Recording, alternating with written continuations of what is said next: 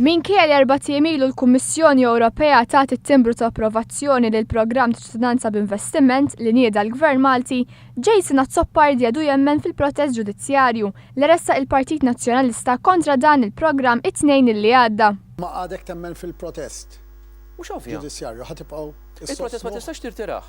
Fil-parili legali tagħhom l-Avukat Ġenerali u l-esperti kostituzzjonali fil-pajjiż iddikjaraw li huwa illegali li tirtira ċittadinanza lil klassi sħiħa ta' nies.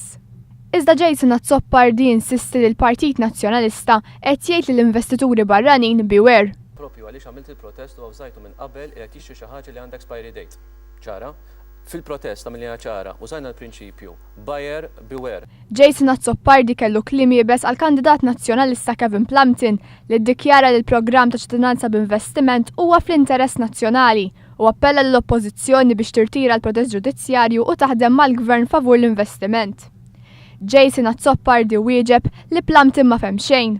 Pożizzjoni ta' Kevin Plumpton il-partit u ħarġu stqarrija li hija pożizzjoni personali privata tiegħu. L-oppożizzjoni tal-oppożizzjoni espressa mill-kap tal-oppożizzjoni mhux mill-Kevin Plumpton bir-rispett kollu le.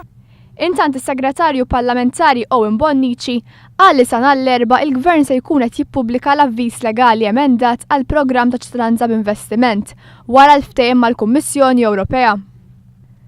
Fisser kif l-emenda li tiddaħħal hija riproduzzjoni tal-paragrafu fl-istqarrija konġunta bejn il-Gvern Malti u l-Kummissjoni Ewropea. Iġifieri l-ċittadinanza tingħata jekk l-applikant jagħti prova li jirresedi f'Malta għall-aħħar 12-il xahar. L-applikant se jintalab jagħti l-indirizz tiegħu u t-titlu tal-proprjetà fejn ħajkri jew jixtri. Għall-ewwel darba minn bdiet id-diskussjoni dwar il-programm ċittadinanza b'investiment, Jason Azzopardi qal jekk tidħol din l-emenda, l-oppożizzjoni twaqqa l-oġġezzjoni tagħha. Jekk ikun hemm kif fil-fatt għandu jkun hemm dak li l-Ewropa insistiet il-perjodu ta' residenza u allura jkun hemm ir-rabta ġenwina, l-oġġezzjoni fil-prinċipju tal-Partit Nazzjonalista ma tibqax hemm. Mhux magħruf jekk din hix il-pożizzjoni uffiċjali tal-Partit Nazzjonalista għaliex minkejja għaddew 4 ijiem mill-ftehim bejn il-Gvern Malti u l-Kummissjoni Ewropea, sa issa Simon Busuttil għadu ma qalx li se jqaf jopponi l-programm ta' ċittadinanza b'investiment li se jħalli 1,000 miljun euro fl-ekonomija Maltija.